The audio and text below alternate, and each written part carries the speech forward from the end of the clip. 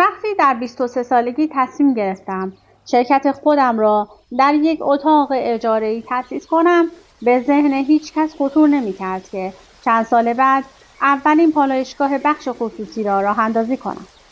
کتاب افسون انرژی حاصل نگرشی است که طی سالها تلاش بی‌وقفه در کار و زندگی به دست آوردم و در آن سعی کردم تا از شعارزدگی رایج کتاب‌های موفقیت فاصله گرفته و مفاهیمی مانند شانس، شروع کردن، موفقیت، شکست را با نگاهی نو و زبانی ساده که با کلیشه‌ها و تعاریف سنتی آنها متفاوت است تفسیر کنم